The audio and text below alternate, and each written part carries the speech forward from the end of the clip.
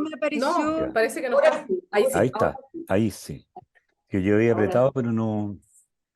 Ahora Había sí. apretado, pero había apretado mal. Ya. Mira, respecto a lo que tú dices, Mónica, creo que es súper importante volver un poco atrás en el sentido siguiente. Nosotros estamos, eso, o sea, eso que tú señalas, ¿no?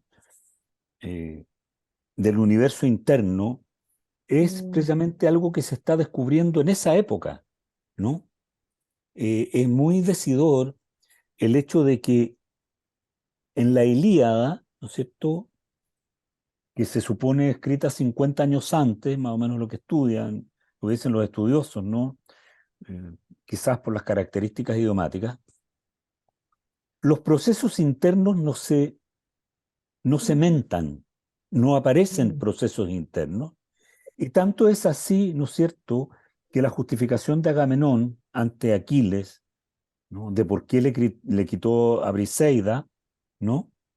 Es, no fui yo, le dice, fueron las erinias y los dioses oscuros, ¿m?, que pusieron en mí esta feroz ate, ¿no? Este designio. Es decir, en el lenguaje griego de la época recién comienza a instalarse la idea de la existencia de un universo interno, ¿no? Es decir, y eso va muy, muy aparejado también con la idea del ciudadano, ¿no es cierto? Va también muy aparejado con la idea de, finalmente, cómo construimos sociedad, ¿no? Eh, Bruno Snell, yo creo que hizo una referencia a Bruno Snell en el primer tiempo, ¿no? Eh, es muy categórico en eso, ¿no? En cómo el lenguaje finalmente se transforma de una cosa que da cuenta de los fenómenos desde desde un modo pasivo, ¿no?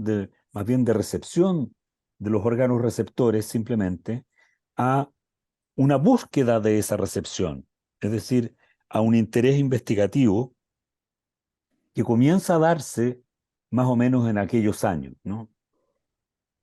Poco tiempo después, si nosotros pensamos que la Odisea fue escrita o puesta finalmente, ¿no es cierto?, por escrito alrededor del 700 y tanto antes de Cristo, es decir, más o menos en la época de la primera Olimpíada, es decir, primera mitad del siglo octavo, primer tercio, diríamos, ¿no?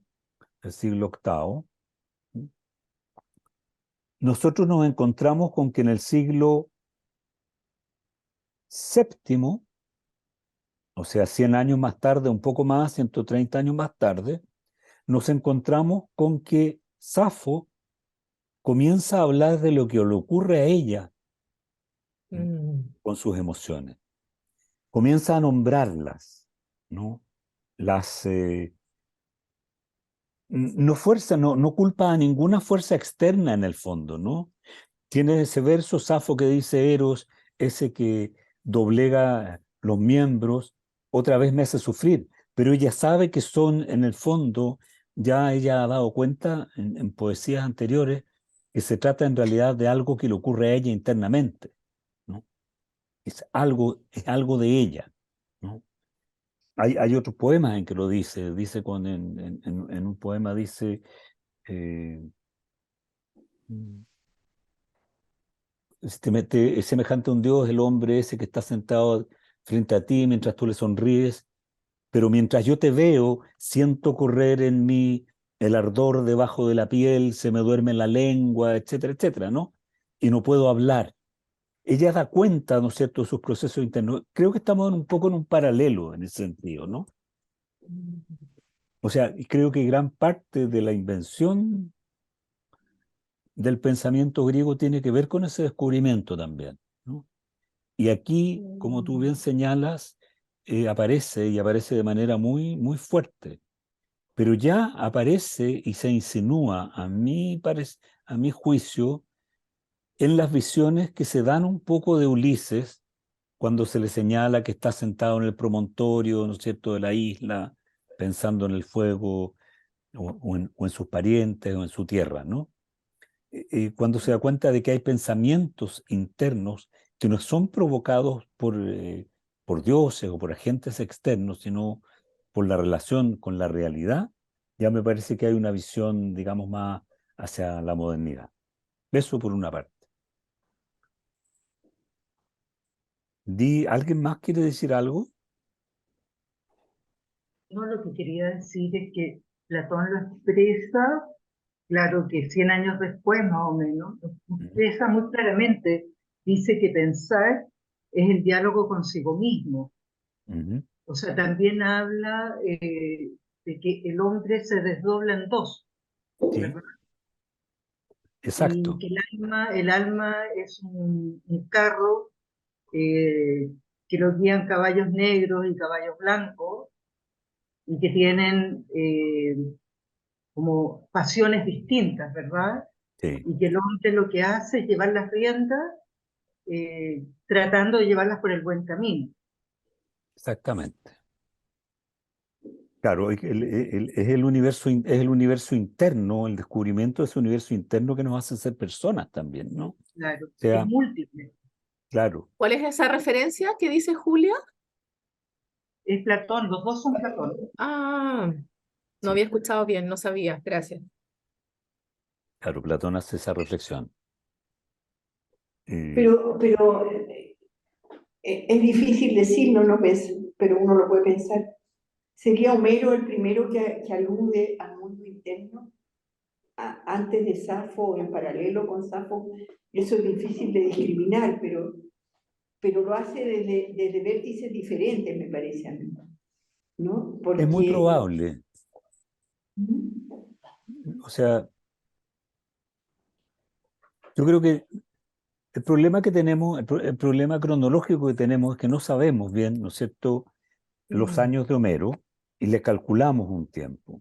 Lo que sí está establecido y se tiene por verdadero, ¿no? Y lo digo así para que quede siempre la posibilidad de la duda, lo que se tiene por verdadero es que Homero es, o los poemas homéricos son los textos más antiguos de la literatura griega, ¿no? Y se sostiene por algunos estudiosos más contemporáneos que los alejandrinos, aunque los alejandrinos ya lo anunciaban, que la Ilíada incluso es anterior, ¿no?, a la Odisea. Y claramente, si uno ve, los lenguajes son distintos, ¿no? Es decir, los procesos son distintos. Príamo, por ejemplo, cuando va a hablar con Aquiles para la devolución del cadáver de su hijo, no se hace referencia a un pensamiento interno, no, ¿no? habla Se de su hace dolor. habla de su dolor, ¿no es cierto? Pero no habla de un diálogo consigo mismo, ¿no? No diferencia eso. Aquí yo siento, por ejemplo, que la descripción que se hace de la partida que hace Atenea, ¿no es cierto?, de que Ulises está en el promontorio de la isla de Calipso, triste y pensando, ¿m?, ya me da una dimensión más humana en el sentido de que hay alguien que está rumiando su presente, ¿no?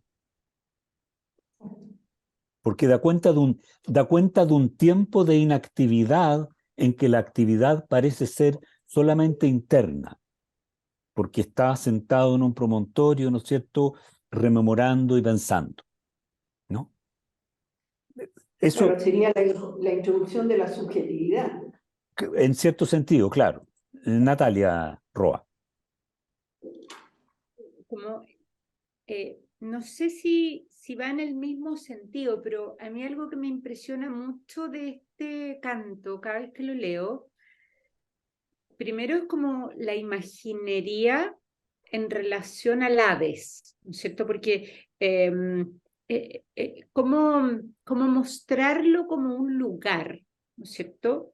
Que es una imaginería que después hemos ido heredando, ¿no es cierto?, en la cultura occidental, eh, y que es una imaginería sin connotación negativa de partida, ¿no es cierto?, sino que es solo el lugar donde residen los muertos.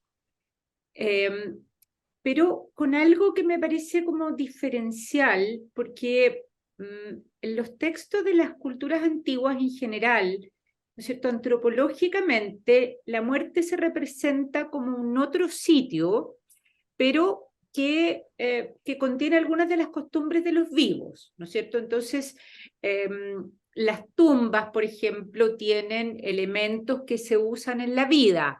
Están las barquitas con vestidos, con, qué sé yo, con instrumentos para acompañar el viaje. Pero acá hay algo que me parece significativo, que es que no se puede abrazar a los muertos porque los muertos no tienen tendones, se ilustra así, ¿no es cierto? Y la nostalgia que produce que el tipo de comunicación es necesariamente distinto.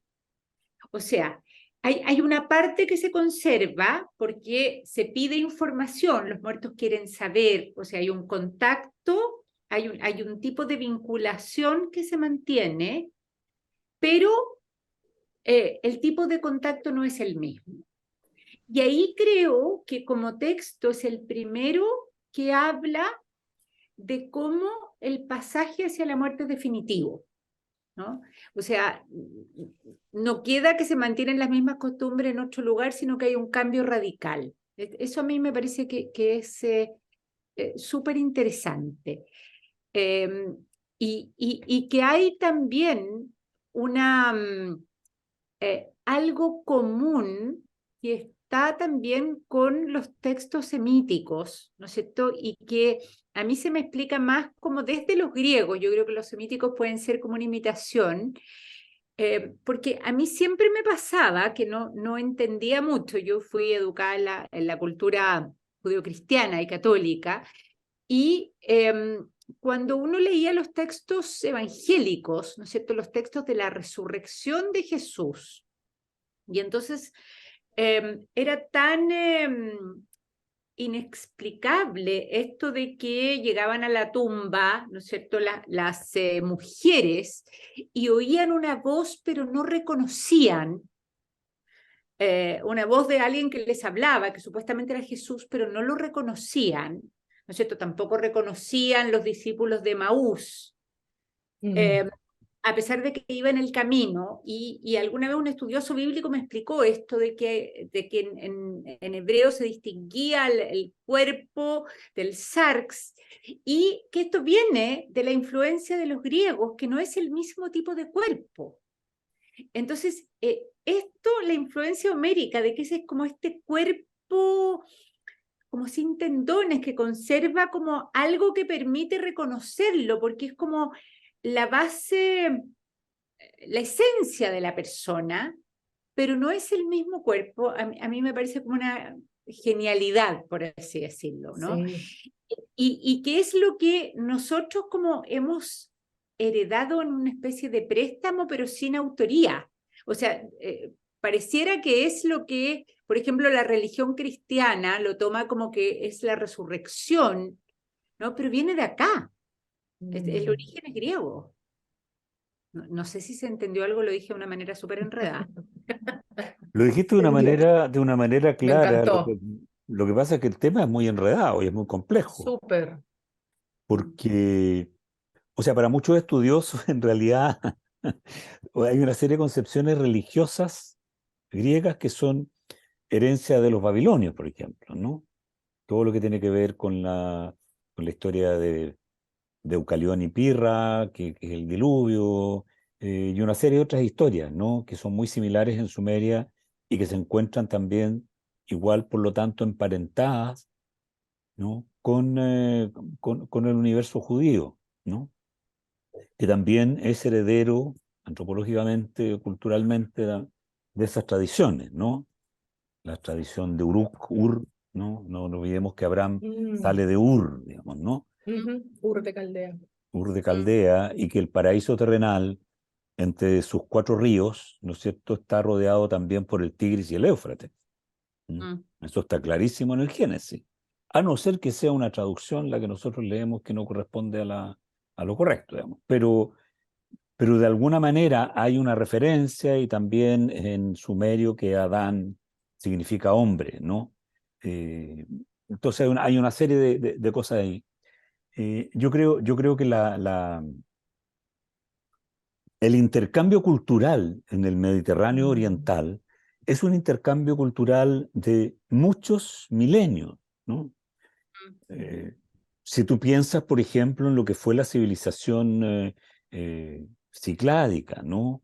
La civilización cicládica, una civilización en las islas del Egeo, con un comercio tremendo, porque en varias islas, ¿no es cierto?, está la misma civilización, por lo tanto tienen que haberse movido en algún tipo de navío, y por lo tanto tienen que haber sido eximios navegantes, lo que perfectamente los conecta con Creta, con Libia, con la actual Siria, Líbano, Palestina, etcétera, ¿no? Y por lo tanto, Siria como que es una prolongación o el heredero de Asiria, en realidad, ¿no? También con Asiria, con todo ese universo, ¿no? Yo tengo la sensación de que de lo que se diferencia mucho, en relación a lo que decía Natalia, es a la religión fundamentalmente egipcia, ¿no? De la idea, digamos, la De los idea, cuerpos, ¿no? claro, mantener el cuerpo, ¿no es Mantener cierto?, los cuerpos. completo, o sea, Mm. mantener el fondo todo intacto e igual para la vida, digamos, en el más allá, digamos, ¿no? Y los enterraban con parte de sus propiedades y sus tesoros. Ahora, eso también Qué interesante. se encuentra mucho, eso también, ¿no es cierto?, en las tumbas micénicas, ¿ah? Mm, O sea, los entierros en general con las armaduras, con las espadas, con las ah, joyerías, los espejos en el caso de las mujeres, ¿no? Y una serie de otras cosas, dan cuenta un poco de ese universo, ¿no? Sí. Pero yo creo que hay una diferencia en lo que los hombres portaban, las espadas, las armaduras, en fin, cuando dejan comida. Porque cuando hay comida, como hacían los egipcios, que dejaban comida en las tumbas, ¿no? Es pensar que hay una vida, que las personas siguen vivas de otra manera en el otro mundo, ¿no? Como una cosa más objetiva, más concreta. ¿No? Porque dejar recuerdos de su cuerpo, de las ropas que usaban, en fin, puede ser un poco también como hoy día la gente viste a los muertos con las mejores galas que tienen en la cultura popular, ¿no? Si tienen de terno y corbata, ojalá, ¿no? Como una manera de mandarlos dignamente al otro lado. Pero yo pensaba en lo subjetivo que es todo este canto sobre el ave, sobre todo con este muchacho joven que se queda y que se cae del acantilado, ¿no? El Que no llega Penor. sí. Y que después en el canto 12 lo entierran. lo queman. Entonces, Lo queman. y todo lo que él pidió y el remo ahí parado haciendo alusión a su rol de remero importante. Entonces yo siento que la muerte en este canto del Hades, para mí lo más significativo es lo subjetivo que es, porque habla de las almas, ¿no? Él habla como si estuvieran hablando con las personas, pero en verdad está hablando con las almas, ¿no? Es muy inasible, ¿no? Y eso me parece a mí como un adelantado de la historia. No sé si le hace sentido, pero así A mí lo me hace veo. todo mucho sentido, a mí en lo personal me hace todo mucho sentido, porque tengo yo la impresión de que lo que está ocurriendo, nosotros nos encontramos con un poema, en este caso la Odisea, ¿no es cierto?, de una cultura que está inventando también el idioma, ¿no? O sea, en que el término psique, ¿no?, no significa exactamente alma como nosotros la entendemos hoy en día, es también la sombra, ¿no? No está muy específico qué es aquello, ¿no?, que se escapa, ¿no? Porque se escapa por las heridas el alma, ¿no es cierto? En el caso, digamos, de los héroes homéricos, ¿no? Se escapa por las heridas, se escapa por la garganta, por el flanco del corazón herido. En cambio, en nuestro universo judeo-cristiano, el alma se escapa por la boca básicamente, es decir, es el soplo. En este caso, el alma no está todavía enredada con el soplo, ¿no? Y ahí tenemos un tema, porque el soplo en realidad es el pneuma, el espíritu, ¿no? Para los griegos, ¿no? Y para nosotros el alma es más, ¿no? Porque el espíritu es distinto para nosotros, es distinto del alma, ¿no? Entonces, eh, creo que, no es que todavía no es muy claro lo que ese universo es en el universo griego, ¿no? Pero sí es claro que son sombras, las sombras del Hades, y sí es claro que también reciben alimento, un alimento especial, en este caso, que es la sangre. Fíjate La que, sangre. pero son varias cosas, ¿ah? Porque hace un cuento con harina, ¿no es cierto? Y, ¿no? Antes, para preparar, ¿no es cierto? Y luego sangre. Eh, como dato curioso, hoy en día, hasta el día de hoy, digamos, vigente, en la tradición ortodoxa se hace todos los años que se va a visitar a los muertos, se les lleva un pan que los griegos llaman coliba, que es un pan o un amasamiento, una masa que tiene, además de granos, tiene semillas de granada, granitos de la granada, y la granada es la fruta de Perséfone, ¿no? Entonces, hay todavía una serie de reminiscencias ahí. ¿Por qué lo digo? Porque en el fondo también existen, ¿no es cierto?, estos muertos, estas sombras, pueden hablar una vez, como dice Tiresias, que, que consuman la sangre. Por eso hay que cuidar la sangre, que no se la beban, para que, ¿no es cierto?, Tiresias pueda alcanzar a tener la fuerza, porque en el fondo la sangre es la fuerza que les permite, digamos, ¿no?, volver a ser. Por eso también deja que la madre, ¿no es cierto?, tome sangre, ¿no?, Sangre. para poder escucharla, para poder... Lo que no puede hacer, y en eso es lo fantástico, es abrazarla, porque es una vida, que aparece como una vida incorpórea, ¿no?, que necesita alimentarse, pero que no tiene cuerpo, que sigue siendo una sombra. ¿Mm? Entonces, eh,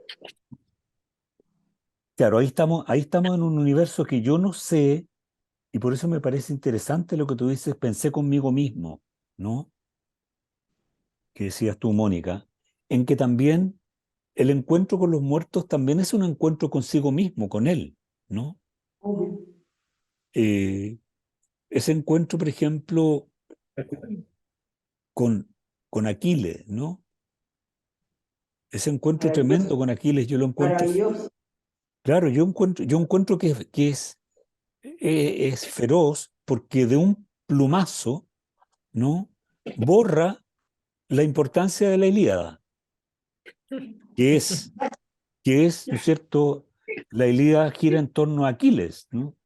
La epopeya de aquí. Sí, po. Sí. Canta o musa la cólera del Peli de Aquileo, ¿no es cierto? ¡Pum! De ahí partimos, el primer verso de la Ilíada. Entonces, es como decir, todo ese cuento de glorias, en realidad, no.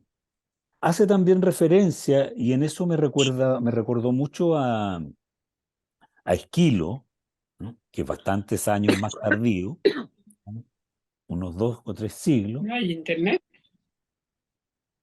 No. Sí, te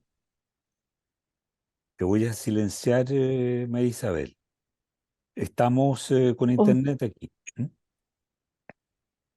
Disculpen. No, está bien, no te preocupes. Eh, Disculpen. no, está bien, no te preocupes, está todo perfecto. No hay mácula, como dice Lichín. Habla de los muertos, hace referencia a los tantos muertos de la guerra, ¿no? Sí. Y a mí eso me resuena, hay en la obra Agamenón, ¿no es cierto?, de Esquilo, también se hace referencia al mar de cadáveres, ¿no? Que hacía referencia el otro día, Natalia hacía referencia tú a eso, ¿no? Eh, entonces, hay un tema ahí también que para mí es muy decidor, que es hay una puesta en duda, a mi juicio, consciente o inconsciente, no podría afirmar nada al respecto, ¿no? De este universo guerrero, en el fondo, ¿no? También habla, por ejemplo, de Agamenón, y con Agamenón, Sí. y le pregunta si acaso no habrá muerto mientras andaba en una correría robando bueyes, ganado o mujeres. No se le ocurre pensar ni Y lo preguntarle mató. si lo mató, no sé, o si le cayó un árbol mientras estaba en el No. campo. O sea, yo encuentro que es bien interesante en ese sentido, ¿no? Que, bueno, vuelvo atrás. También es interesante que en el Hades, ¿no? Lo que Odiseo encuentra son todos personajes que son de la Ilíada, sabemos por la Ilíada, salvo algunos, ¿no? Pero son todos personajes que, de acuerdo a lo que sostiene Martin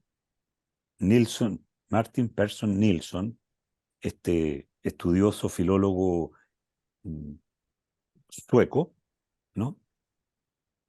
Y en realidad todo ese universo, el universo que está en el Hades, es un universo culturalmente micénico, ¿no? Es decir, es un universo de un mundo ya pasado, ¿no? Lo que nosotros estamos viendo, con lo que nosotros nos vamos encontrando en la Odisea, ¿no? Nos vamos encontrando con, cada vez más nos vamos acercando a un mundo agrícola, ¿no? Lo dice la madre, ¿no es cierto?, de Odiseo, le dice, ahí está tu padre, en los campos o en sus viñedos. En sus viñedos, sí. Entonces, ya está hablando de un cultivo de la tierra, o sea, él se ha retirado, ¿no es cierto? Laertes se ha retirado de la vida palaciega, se ha ido al campo, ¿sí? Con la pena de su hijo partido a la guerra, que también me parece a mí que es una señal que pone un cierto coto al valor de la guerra en sí, como Sí. algo heroico, ¿no? Creo que hablamos un poco de eso la sesión pasada, ¿no? Hicimos una Como de, referencia de pasada, sí. sí, cómo se iban reflejando también como los dolores y los costos de las guerras, ¿no? Los Mm. muertos, las tristezas, o sea, los precios que se pagaban. Y pensaba ahora en en estas mismas versos que destacó Mónica, de todas estas mujeres hijas y esposas de insignes varones. Esas Mm. son las mujeres que aparecen y son como, se me ocurre a mí como las viudas, hijas, también huérfanas de la guerra, ¿no? Todas esas Sí. mujeres a las que vienen un poco a pedirle cuentas porque él es el líder, el cabeza de todo esto y que llevó a la ruina o no, Mm. o a la muerte a todos los hombres. A mí me encantó igual el viaje al Hades. Es que Sí, es sobrecogedor. sobrecogedor. Y sabes, la Natalia, mi tocaya Natalia, ¿sabes lo que me hiciste pensar mucho con esto de que aparecen estas imágenes, que en el fondo es como, me hizo pensar como en nuestra comunicación moderna también, que es Mm. mucho de pantalla, de virtuales, pero sin tendones, sin poder abrazar o Es tocar a las bonito. personas con las que estamos conversando y comunicándonos, ¿no? Mm. Y de la frustración que implica también esa forma de comunicación moderna sin el contacto del cuerpo. Me hiciste pensar mucho en eso. Y les quiero contar algo que también me hizo, así fue como un recuerdo a propósito de toda esta conversa, y también con lo que decía Pedro, en fin, cuando mi papá murió, el año 2016, no lo pudimos depositar en su tumba el mismo día del funeral, porque había que hacer una serie de cosas y reducir la tumba del abuelo con el que se iba a enterrar, en fin. Volvimos un par de días después al cementerio para hacer la ceremonia de apertura de esa tumba y, y la recepción y no sé qué y tal. Y ahí estaba, no quiero extenderme mucho, pero ahí estaba una tía de mi papá, la hija del abuelo con quien mi padre iba a quedar enterrado, y ella recibió esa tumba con los huesos de su padre y los tomó. Bueno, todo esto yo estaba súper asustada porque decían cuando se abra la tumba, los gases, no sé qué, pero igual estaba ahí mirando todo eso y mi tía abuela recibe ese paquete, digamos, y dice, hace 50 años que no abrazaba a mi papá. Y se me quedó tan grabada esa frase y tiene todo que ver, Natalia, con esa tristeza también de Odiseo de no poder abrazar a su mamá y su mamá le dice no sé qué. Y nosotros con mi hermana nos quedamos tan impactadas y yo dije, en 50 años voy a venir a abrazar a mi papá nuevamente. Cuando pasen 50 años de su muerte voy a venir a hacer esto mismo y quiero volver a abrazar y a tocar los huesos de mi padre. Bueno, me hicieron pensar en todo eso ahora con esta conversación de muertos y tendones y sangres. Tremendo, ¿no? Poder Eh, encontrarse con los muertos, pero en realidad no poder volver a tocarlos. Impresionante lo que estás compartiendo, Nati. sí, Sí, tremendo, ¿no? Sí. o sea, es Y fue como, real, fue real. sí, Es que los huesos perduran por mucho tiempo. ¿Cómo?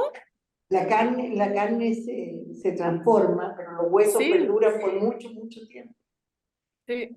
Yo pensaba en el Lenor, por ejemplo, ¿no es cierto?, que ruega su tumba, ¿no? O sea, Exactamente. pensaba en la actualidad, nuestros 50 años del golpe, en nuestros desaparecidos. Mm, Pensaba en este poema como en el fundamento de la necesidad de la tumba, ¿no? Como desde sí. ahí, desde él pidiendo en el Hades, ¿no? Que se marque su túmulo. Exactamente. es interesante No, como lo no dice. sé, me voy a salir un poco del tema, pero no puedo evitar. Hay un libro extraordinario, extraordinario que escribió Cristóbal Jimeno con su mujer acerca de la búsqueda de su padre que murió en La Moneda, que se llama La Búsqueda. en Sí, lo realidad. acabo de leer. Y yo se lo Ah, recomiendo sí. a todos. Yo pienso Se que lanzó hace todos los poco ese estudiantes, libro, ¿no? Sí, yo pienso que ese libro lo deberían leer todos los estudiantes del cuarto medio, tercero medio de este país, en realidad. No, de verdad creo que es una... Pero en ese sentido hay un momento tremendo en el libro cuando le entregan el puñado de huesitos que cabían en el puño de la mano, los huesitos que encontraron de su padre, ¿no? Y su diente, le decían conejo porque tenía los dos centrales, incisivos centrales grandes, y encontraron uno de ellos. Fue muy notable eso. Y en ese sentido han pasado no sé cuántos miles de años desde que Homero escribe este poema, ¿no? Sí. Y el tema de los huesos y de los restos de los humanos y del duelo que significa y el valor de encontrarlo, ¿no? Y de tener un registro concreto, como lo que tu tía abuela Natalia, ¿no? Sí.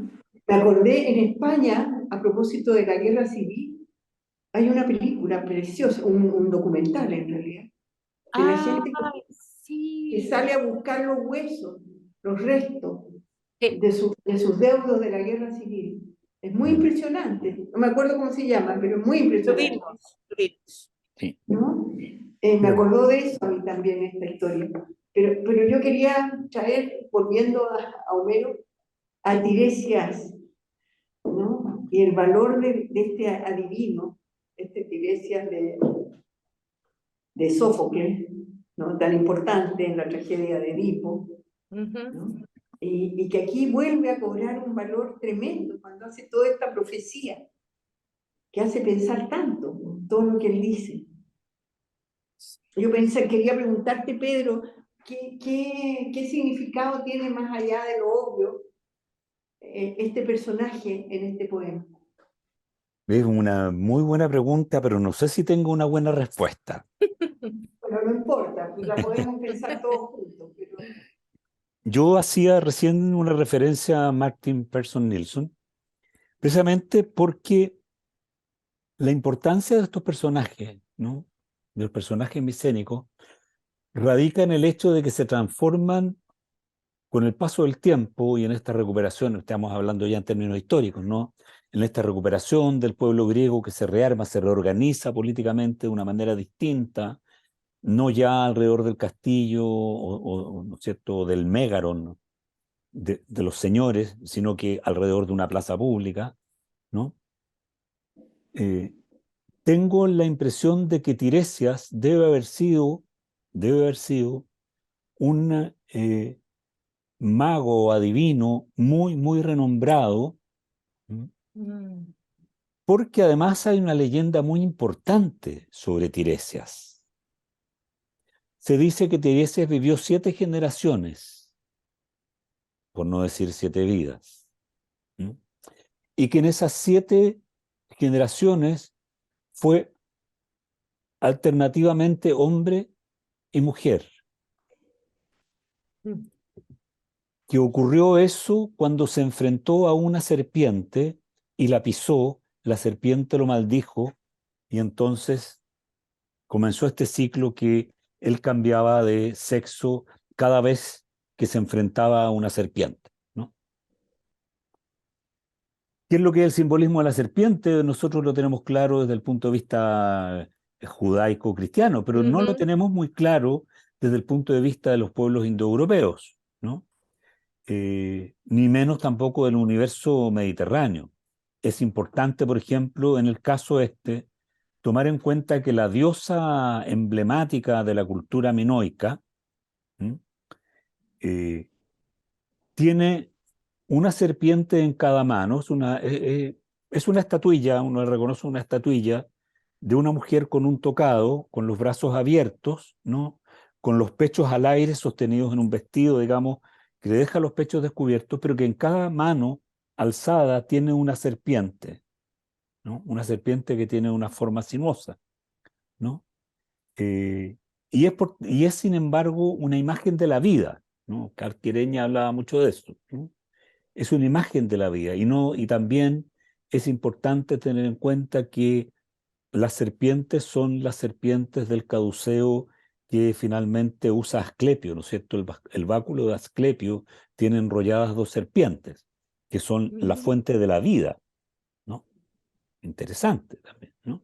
Entonces, ¿con quién se encuentra? No, Tiresias es difícil saberlo.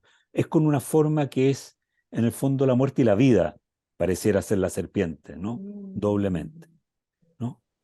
Es un personaje que es tenido quizás como la imagen misma de lo que el adivino es, como el oráculo en sí, ¿no? Eh, los oráculos que nosotros conocemos de Grecia, el más antiguo, ¿no? Es el oráculo de Dodona, oráculo de Zeus, que los sacerdotes respondían las preguntas a raíz de los sonidos de unos calderos de bronce que colgaban de los robles, ¿no? Dependiendo del sonido que los calderos hicieran, ¿no es cierto?, era la respuesta a la pregunta del consultante. El oráculo de Delfos es un poco posterior, ¿ah? El oráculo de Delfos es micénico, aparentemente micénico tardío, ¿no? Igual que más o menos contemporáneo a el santuario de Leusis, que es más o menos del 900 antes de Cristo, es decir, es más o menos de del período oscuro, ¿no? Lo que llaman el período oscuro. Tiresias es un personaje, por lo tanto, que tiene por excelencia el conocimiento de la vida y de varias generaciones, ¿no? Es en el fondo, más que un adivino, es prácticamente un dios, en cierto sentido. Por eso tiene esa capacidad de mirar tan profundamente, pero ojo, Mm. que al igual que los dioses, no es omnisciente. Dice, como diría Heráclito más tarde, ¿no? El príncipe que está en Delfos no dice ni niega, solo señala, ¿no? Un poco como te dicen hoy en día los lectores del tarot, ¿no? Dice, las cartas solo señalan, no te dicen nada Claro, exacto, pero claro. muestran, te dan el marco de acción, ¿no? Lo que Tiresias Mm. hace un poco más preciso que eso, le dice lo que tienes que hacer, le da una señal, ¿no? Y esta señal que para mí es tan importante, que es fundamental, y es, coge tu remo y camina con él lo más lejos del mar hasta que encuentres a alguien que te pregunte para dónde llevas ese aventador de grano. Gentes que no conozcan la sal y en el fondo que no sepan del mar. Y ahí planta tu remo. Planta tu remo en un paralelo con lo que le pide el pénor. El pénor le pide y planta el remo que junto a los otros movía el barco, que yo usaba junto a los otros compañeros, ¿no? Tú planta el remo. Y que permitía el viaje. Claro, Sin los remos no hay viaje. exacto, ¿no? Pero aquí le piden en paralelo que entierre el remo en un lugar donde nadie sepa de qué se trata y por lo tanto olvide el mar. Es decir, es una invitación en el fondo, ¿m? Es una invitación que yo siempre he pensado que va en paralelo con el poema contemporáneo, que es el poema de Hesíodo, Los trabajos y los días. Es un poema que va en la línea como del abocarse a la tierra, ¿no? Al trabajo agrícola. Está la seña con Laertes, ¿no es cierto?, que le dice la mamá que está ahí, ¿no?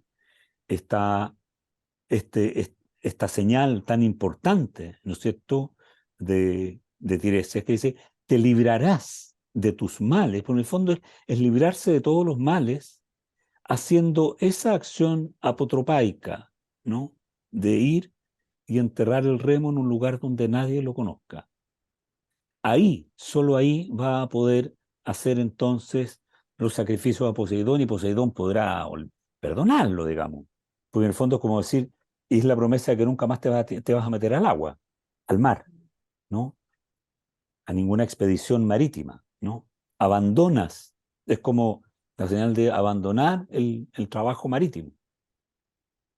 A mí esas son cosas que me llaman mucho la atención. ¿M? O sea, así como en términos casi históricos, diría, ¿no? El hecho de que los personajes todos han muerto en la guerra, son muchos los muertos en la guerra, como señalaba Natalia, las mujeres, ¿no?, que son mujeres de las víctimas, ¿no?, que son esas mismas mujeres que se quedan esperando para Eurípides, ¿no?, que van a sufrir todas las consecuencias, digamos, de la guerra, en las troyanas, en las suplicantes, etcétera, ¿no? Y sufren las Voy a consecuencias. leer eso, Sí, dale una vuelta, ¿no? lo voy a hacer. Y esto, ¿no? Pero cuando Tiresias termina esta profecía, dice algo que es la antítesis de la muerte en la guerra, y eso también me llamó la atención. Lo voy a leer, Sí. en el canto 135. Dice, llegará a ti la muerte, pero blanda y suave, acabada tu vida en la calma de lozana vejez. Sana vejez. Entre tanto, tus gentes en torno venturosas serán.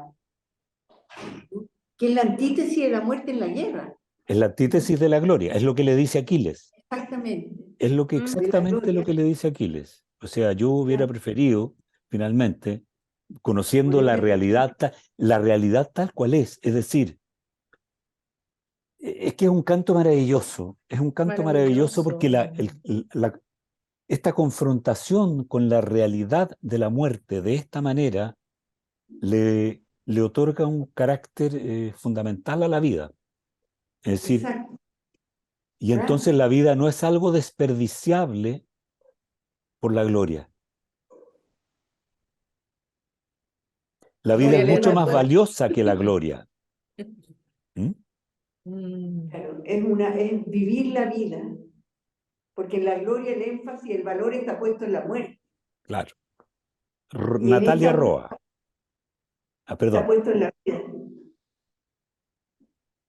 No, la Mónica estaba diciendo algo. Sí, perdón. No, ya terminé. No, lo que decía es que en la gloria el énfasis, el valor está puesto en la muerte. Y en esta última frase de Tiresias está puesto en la vida. Es una muerte dulce, calma, ¿no? Y es la vida la que importa entonces. Eso nada más. Sí, a mí me parece tan bonito el que esta idea que tenemos de que hay este lugar común, digamos, de que a veces para aprender algo se usa la expresión hay que pasar por el infierno, ¿no? Total. Como expresión, ¿no? Viene de acá, ¿no es cierto? Hay que pasar, literalmente hay que descender al Hades, pero porque acá se encuentra, me quedé pensando, ¿no es cierto?, en cuánto habrá influido, por ejemplo, Jorge Manrique, ¿no? Este canto, a las coplas por la muerte de su padre, ¿no? Como, porque en este recorrido que hace Homero, no solamente por los héroes de la guerra, sino que por todos los héroes míticos, porque se encuentra con Tántalo, con Sísifo, Todos. ¿no? O sea, pasa por todos los personajes que tienen que haber estado, ¿no es cierto?, en la mitología también de Odiseo, ¿no? Los Mm. personajes en los que, en cuya admiración Odiseo fue criado, ¿no? Fue educado como sus héroes, no solo los con los que convivió en la guerra. Y todos ellos le revelan la futilidad de ese camino. Mm. Por eso digo, es como, digamos, es la misma línea de las coplas de la muerte de su padre, ¿no? Mm. Como a todos los trata la muerte como a los pobres pastores del ganado, ¿no? Eh, entonces, finalmente, lo que vale es otra cosa. Son los afectos, es el encuentro con la madre, ¿no es cierto?, que le pregunta por los suyos, que le habla y le revelan también que su mujer y su hijo están ahí, que lo esperan, que lo cuidan, porque también le revelan lo que pasa y lo importante, ¿no? Pero le Eh, revelan solo ese tipo de cosas, no otras. por eso, lo central. O sea, ellos tienen la información que es relevante. Todo lo demás. Entonces, este paso es como donde él se centra, ¿no? Todo lo demás aquí pasa a ser accesorio. Claro, y eso es súper relevante lo que tú dices también si tú lo piensas en relación, ¿no es cierto?, a la idea del paso por la isla del Sol, ¿no? En que finalmente esa actitud arrogante del guerrero que se da en, ¿cómo se llama? Euríloco, ¿no? Que, que finalmente es el que abre la bolsa de los vientos, ¿no es cierto? Esta cosa que lleva constantemente a la ira de los dioses, ¿no? O sea, esta, ya si total, vivamos mientras tanto y que da lo mismo que nos muramos, pero morir de hambre no, y hace este cuento, ¿no es cierto?, de sacrificar las mejores vacas del sol, sabiendo lo que va a ocurrir, es evidentemente, aparece en la Odisea como una condena, puesto que eso le significa a Ulises muchos más años de peregrinación, en el fondo, ¿no? De andar perdido entre medio de las olas, ¿no? Es decir, esa visión heroica, no, ese concepto heroico del mundo parece ser que va en retirada en este tiempo, ¿no? Independientemente de lo que va a pasar después, que ya lo vamos a analizar, digamos, ¿no? Más adelante, después de estos cantos, ¿no? Pero efectivamente, estos dos cantos aquí son súper importantes, ¿no? El hecho, por ejemplo, de que Circe le diga, mira, vas a pasar por la isla de las sirenas, pero si tú quieres la escuchas, pero que te amarren bien amarrado. ¿Mm? Y cuando tú pidas que te suelten, que te amarren más fuerte, es un sometimiento a la autoridad también, ¿no? La autoridad no puede hacer cualquier cosa. O sea, su modo de un privilegio es a costa, ¿no es cierto?, de un cierto dominio de los subordinados sobre él. Y eso Pedro, también, ¿sí? mira, es que justamente de lo que estabas comentando antes, a mí me llamó la atención eh, cuando, eh, ¿cómo se llama? Ulises intenta preguntarle a los dioses cuáles son los pasos que debería seguir, ¿verdad? ¿Mm? Eh, su gente estaba matando a las vacas, o sea, estaba desobedeciendo Sí. explícitamente lo que le había sido mandado, ¿Mm? ¿verdad? eso me recordó en la Biblia la historia de Moisés, ¿verdad? Que Absolutamente. cuando Moisés sube a escuchar directamente de Dios, ¿verdad? Cuáles son las leyes básicas, el pueblo desobedece. O sea, es como que fuera una historia absolutamente paralela. Sí, Tienes toda la razón. sí, Sí. sí. A Yo mí, creo- a mí eso de la... Perdón, disculpa. No, no, no, dale, dale, dale. No, que yo cuando leí esa parte me impresionó mucho esa desobediencia y que se comieran las vacas y todo, y me hizo pensar mucho en la idea del libre albedrío también. Como bueno, el Tiresias dice, señala, ¿no? Lo que puede pasar, le dice a Odiseo esto, no sé qué, si se las comen, tú vas a seguir errando, bla, bla, bla, y da las opciones. Odiseo también lo plantea, pero los hombres al final dicen, no me importa, prefiero morir por esto, o sea, no quiero morirme de hambre. Y como que aterrizan todos esos designios y señalamientos divinos, pero no se quieren morir de hambre. Entonces, al final toman esa decisión y después efectivamente se mueren todos, pero lo deciden y se rebelan y lo deciden. Eso me pareció como, wow, súper, súper interesante también, como que quede plasmado ahí esa desobediencia. Pero fíjate cómo lo deciden, ¿ah, Natalia? Lo deciden y dicen, ya cuando lleguemos a nuestra tierra les haremos las mejores ofrendas y los vamos a tranquilizar, porque en realidad lo hacen desde la soberbia también, ¿no? O sea, en el Ya. fondo es como, o sea, yo soy mejor que nadie, este es un acto heroico, ya los dioses, ¿no? Nosotros tenemos que salvar nuestras vidas porque nosotros somos, aquí te las traigo Peter en el fondo, ¿no? Y Ya. ya lo vamos a arreglar, ya lo arreglaremos. O sea, más que, yo diría que más que un libre albedrío en el fondo, es una cuestión muy impulsiva, ¿no? Que nace de una suerte como de omnipotencia en el fondo, ¿no?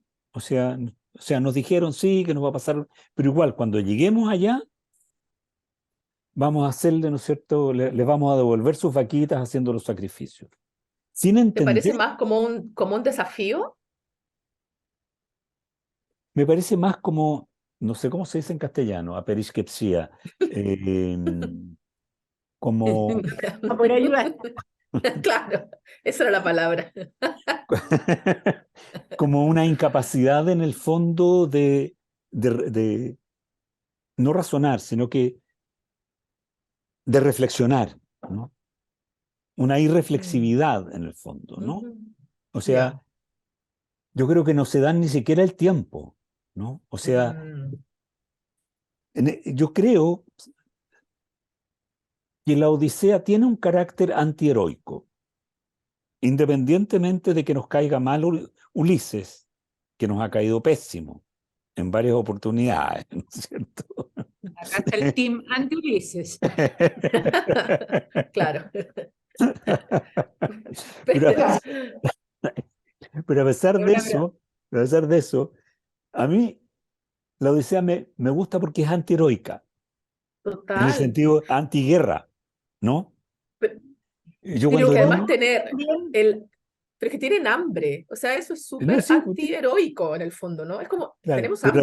pero la respuesta es heroica, en el sentido pero, que, Matarlas igual. claro, le pero matamos igual porque también nosotros hay, somos... ¿Ah? no sé, yo creo que también hay una cosa súper interesante acá de lo que es la psicología del grupo, ¿no? Porque sí, Total. tenían hambre, es verdad, pero también es verdad que él les consiguió las raíces. No es lo mismo comer, digamos, un asadito de vaca que raíces, estamos claros, Sí. digamos. Por mucho que los veganos nos traten de convencer, está bien. Pero, pero pero por otro lado sabían de la maldición, o sea, no es que el otro tratara de pasarle raíz por vaca, sino que eh, a mí lo que me parece súper interesante es el conflicto complejo que se da ahí, lo bien mostrado que está, en que él es la autoridad, es el jefe del grupo, Y no le hacen él caso. no le hacen caso, él no tiene nada que hacer, porque esto es como un motín, ¿no? A Ujú. pesar de que le advierte el peligro, eh, lo que es un comportamiento grupal, digamos, de insurrección, y cómo Ujú. los otros, como esta cosa psicológica, los otros se autoconvencen de que no, si no hay tema. Nosotros llegando a casa hacemos el sacrificio y reparamos, ¿no? Mm. Y eso es tan humano, de que la gente cuando quiere hacer algo, queremos hacer algo, buscamos la manera de lograrlo y autoconvencernos de que va a pasar piola, ¿no? Mm. Y no va a ser para tanto y por acá, digamos, arreglo, ¿no? O sea, a mí me parece que eso es de una finura psicológica para mostrarlo, pensando en la época que estamos hablando. A mí me encantó. Y me parece que eso es fantástico, como está mostrado. ¿Mm? A mí, Pedro, me llama la atención el personaje de Euríloco. Ya, Euríloco. porque ¿cómo se llama? Espérate.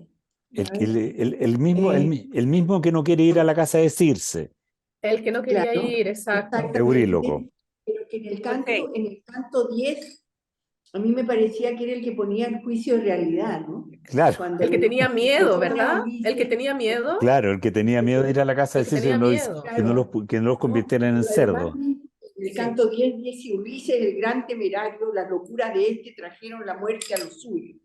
En el canto 10, en el 435. Y ahora es él el que promueve la matanza de las reses y desobedecer a la prohibición de Tiresia, ¿no? Y al castigo, imponerse al castigo de los dioses. En el sentido, a mí me parece que ese es un personaje que sería como, a ver cómo puedo decirlo, como Como anclado en la Sancho. realidad, como anclado en la realidad. Tenemos hambre, hay Y animales, tenemos los miedo. matamos, los comemos, ¿no?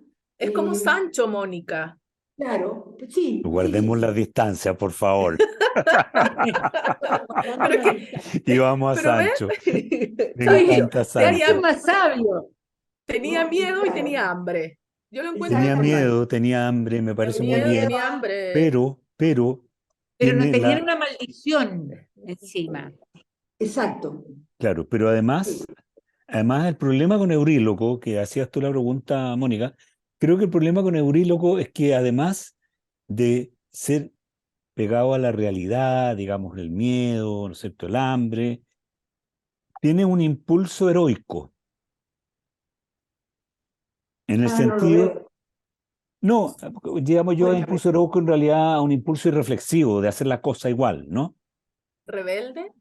Porque cuando todos se van en la casa de Circe y él se queda, después dice, no, en realidad mejor voy. Y va, Exactamente. Claro. porque en una de esas igual sacó algo, ¿no? Igual pertenece a ese universo de personajes, ¿no? Tan bien descritos por, por mi querido amigo Tersites en el segundo canto de la Ilíada, ¿no? Que son unos rapiñeros en el fondo, son unos piratas. Él actúa un poco como un pirata, ¿no? En ese Cuando mata sentido, a las reses. cuando mata a las reses y también se queda, le da miedo, pero después cuando van todos va, porque en grupo es mejor, ¿no? Eh, no es una persona, claro, tiene más sentido de realidad, sin lugar a dudas, ¿no? Cuando hay muchos enemigos, mejor nos quedamos tranquilos, pero si somos muchos, a lo mejor le hacemos frente y vamos, ¿no? Eh, Como la barra del estadio. es como la barra del Ya. estadio, ¿no? Y aquí en el caso, por ejemplo, él se arma en el barco, ¿no es cierto? Y dice, no podemos ir otra noche, ¿no es cierto? Pues bajemos a la isla, bajemos a la isla, bajemos a la isla. Y bajan a la isla, que es lo que no tenían que hacer, ¿no es cierto? Y amotina a la gente, efectivamente. Pero él, porque como buen pirata, lo único que le importa es su persona, finalmente. O No el tiene aquí una y ahora. no tiene una visión de conjunto, finalmente, ¿no?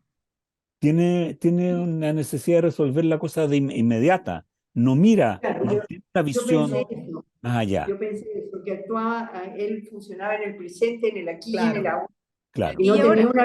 una visión anticipatoria de lo que las No, para nada. consecuencias, las instancias que podía tener, Claro. ¿no?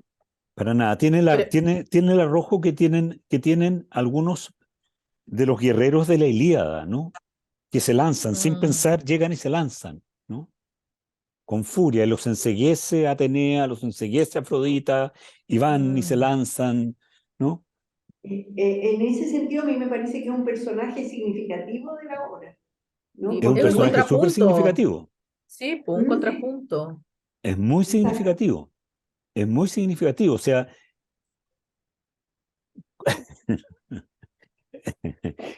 la verdad es que Ulises, a mí me pasa lo siguiente, debo confesar, ¿ah? Cada vez que hablamos de Ulises o de Odiseo, a mí me viene la imagen de Kirk Douglas, porque yo lo vi esa película cuando era muy niño. ¿De quién? De Kirk Douglas. Kirk Douglas. ¿Ah? Y a mí no me gustaba Kirk Douglas como actor.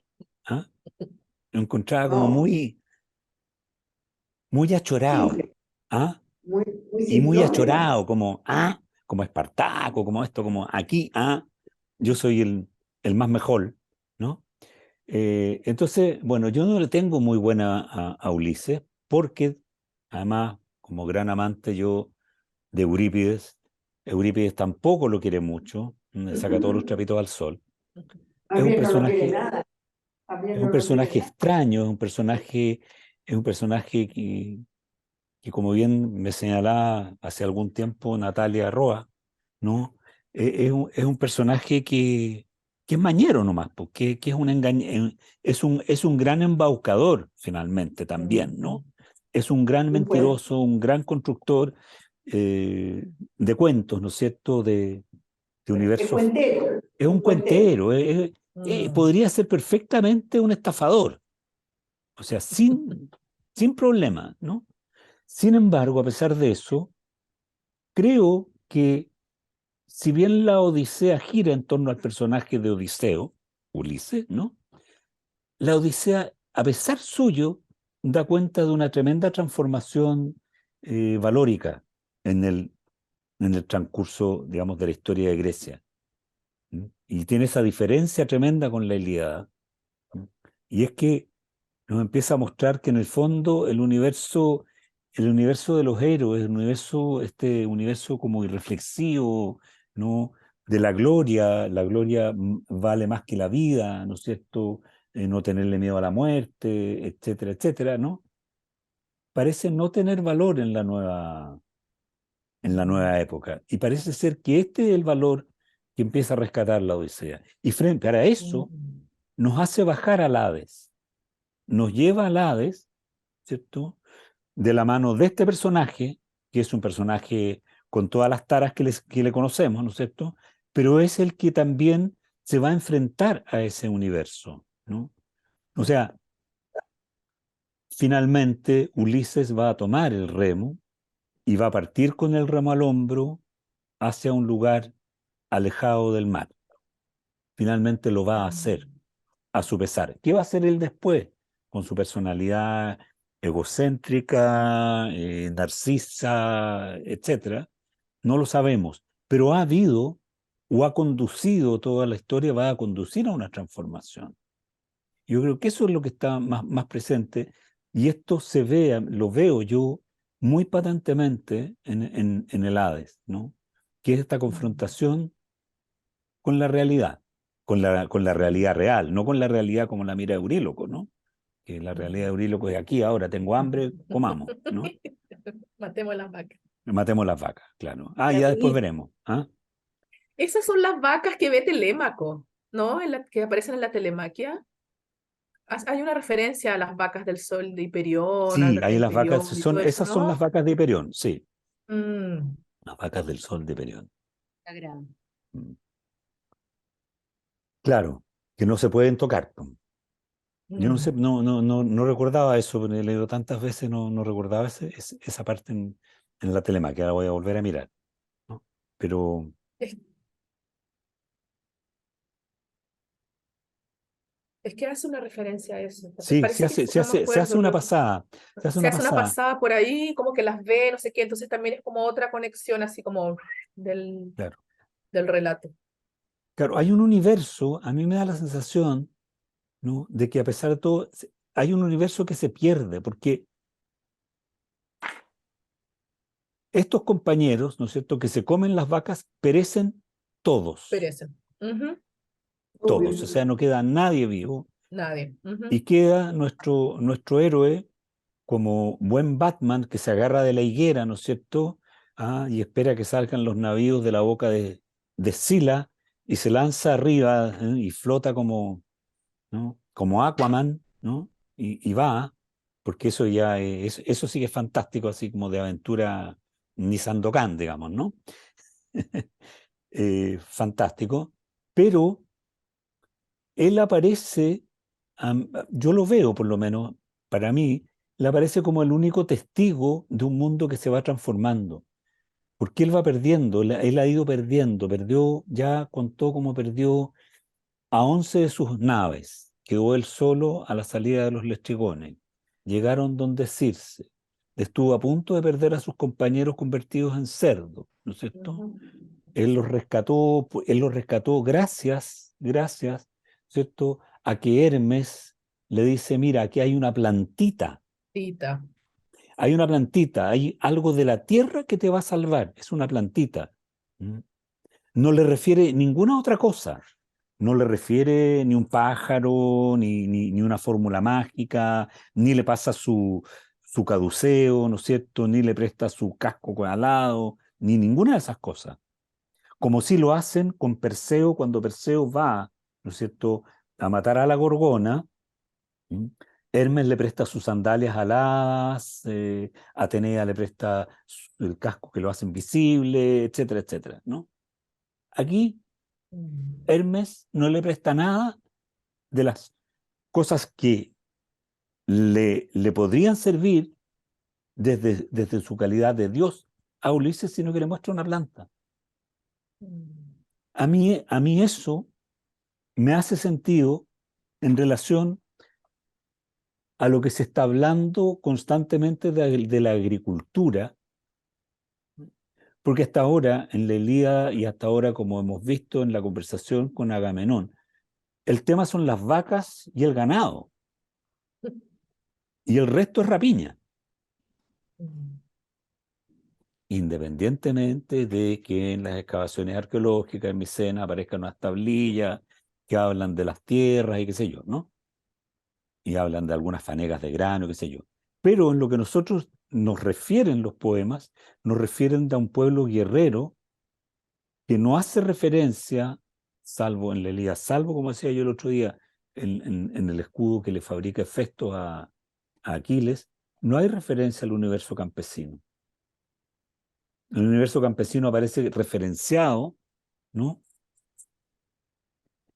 en los trabajos y los días de Síodo, que es más o menos contemporáneo, y en la Odisea. No aparecen estas nostalgias, ¿no?, tan claras en la Ilíada. El reclamo de Aquiles en la playa, ¿no es cierto?, porque lo han tratado mal a su madre, es un reclamo que no es nostálgico. No hay reclamos nostálgicos todavía en la Ilíada, propiamente tal. La única escena potente en que interviene, a mi juicio, en la nostalgia es la imagen de su padre que Príamo le provoca a Aquiles, ¿no? Entonces, creo que en ese sentido la Odisea tiene ese peso, digamos, ¿no? Ese peso que nos remite más a la tierra, más a la... Y eso está en este infierno en que están todos estos personajes, ¿no? Este infierno en que finalmente Agamenón cuenta su tragedia, ¿no? Que Esquilo la cuenta como mucho más heroica, en que le encierran a él y a su mujer en el baño, ¿no? Y su mujer con un hacha lo pilla de sorpresa, no. Aquí lo invitan a una cena, Egisto, él acepta esta invitación de Egipto, que es el amante de su mujer, y va y lo asesinan ahí, es como una Un muerte, encerrón, es una encerrona. es un encerrón, es una muerte tan Mm. poco heroica para un héroe que ha comandado las tropas, ¿cierto?, de los saqueos en contra de Troya, ¿no? No hay una reivindicación del heroísmo, salvo en la telemaquia, salvo en los 4 primeros cantos. Lo demás como que estos caracteres heroicos como que ni tanto, salvo en cómo habla Ulises de el prócer, el divino, ¿no? Pero aquí en el Hades, los que cuentan su... ¿Mm? A mí me llama la atención también esta cosa tan primitiva del oral. Escila que se come con la boca, con las 9 cabezas, 6 cabezas, ¿no? Y se come, y todo tiene, y las reses, y los banquetes, esto que en la isla del sur, tanta oralidad, tanta cuestión tan básica, ¿no? En un poema que se supone como tan glorioso, ¿no? Sobre la vida de Odiseo, ¿no? O las aventuras, o lo que sea, ¿no? Pero hay una cuestión tan primitiva, tan concreta, como comerse a las personas, comerse los animales. Mm. Eso era, Me hace- sí, eso era bien como impactante en el canto anterior con el, ¿cómo se llama? El cíclope, ¿no? Sí, también, ¡Pam! Así, los aplastó, ¡pam! Y se los comió. tanto comerse. Sí. Yo no me Pero había es que dado así, cuenta es en que otra era lectura. descrito así, ¿no? es Era descrito descrito así, así, sí, es descrito así. los aplastaba, se le reventaban los sesos, se los comía. Es muy brutal, todo Muy brutal. es muy brutal la relación con la comida, ¿no? Ahora, una cosa que está cambiando, diría yo, en defensa de Odiseo, a quien no sé, simpatiza, pero así como tú dices, Pedro, que se está produciendo este cambio del mar hacia la tierra, ¿no? Pareciera que lo logra salvar quizás a él, a diferencia de sus compañeros, ¿no? Que van cayendo, porque los compañeros transgreden permanentemente. Y él lo que va haciendo, lo que lo logra rescatar, es que cuando un dios le da una regla, ¿no? Que él entiende que es cosa de vida o muerte, él respeta la regla. Y esto es como que fuera, con todo lo tramposo que es, pero detecta que cuando hay que respetar la regla hay que respetarla, ¿no? Como si esto fuera el camino hacia esta sociedad que está entendiendo, ¿no es cierto?, que va a venir, porque va a venir la Grecia de la democracia, ¿no es cierto?, la Grecia que va a establecer las leyes, ¿no? Y que va a entender que ese es el cuidado de la sociedad, ¿no? Una sociedad donde hay que respetar reglas. Sí, exactamente, Sí. porque además, o sea, se condice la época de la escritura, digamos, de la Odisea, se condice más o menos con la época de las primeras legislaciones míticas, digamos, de Atenas. O sea, por el 750, 780 antes de Cristo, digamos, ¿no? Cuando ya la escritura es y se pueden escribir sobre piedra y poner en piedras, que es lo que se dice que hizo Solón, ¿no? Y después Pisístrato más adelante, pero que aparentemente se hizo también antes, ¿no? Interesante. Súper, O sea, hay súper, varios paralelos históricos. Yo encuentro que es súper interesante. Ahora, muy. yo no sé si ustedes se habrán dado cuenta, pero leer la Odisea sola es difícil si no hay, porque hay una referencia constante a la Ilíada en el fondo, ¿no? O sea, esto, claro, Es la nosotros Ilíada después. hay que leer la Ilíada, después hay que leer los Sí, trabajos de los sí. días, o sea, en el fondo es un universo bastante más complejo, porque, claro, nosotros en el colegio nos enseñan, nos permitían leer los resúmenes de Miocido y qué sé yo, porque en el fondo lo que importaba es la historieta, como digo Claro. yo, ¿no? La historieta, pero no lo que está detrás, ¿no? Y hay mucha cosa detrás porque en el fondo, escucha, nuestra civilización está ahí, po. Nacimos ahí. O sea, nosotros somos deudores de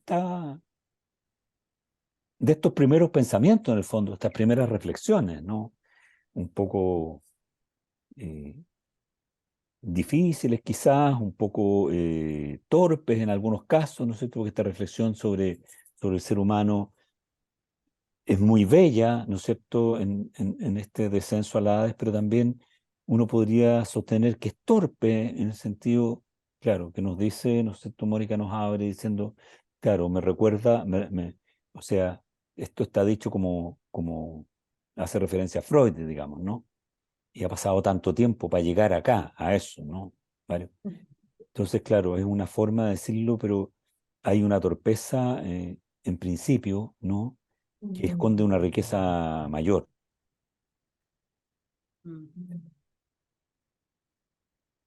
Este es un capítulo largo, el capítulo del Hades. Desgraciadamente no vinieron nuestros otros compañeros. Es probable que toquemos algo de eso en la próxima. Seguramente van a llegar. Imagino que Sergio va a llegar con preguntas. Imagino que Janina también. Pero respecto de algo que habíamos hablado antes de cerrar, de juntarlos, los otros, ¿cierto?, en una presencial, yo propongo como fecha, ya que Natalia Ramos estará fuera. Gracias.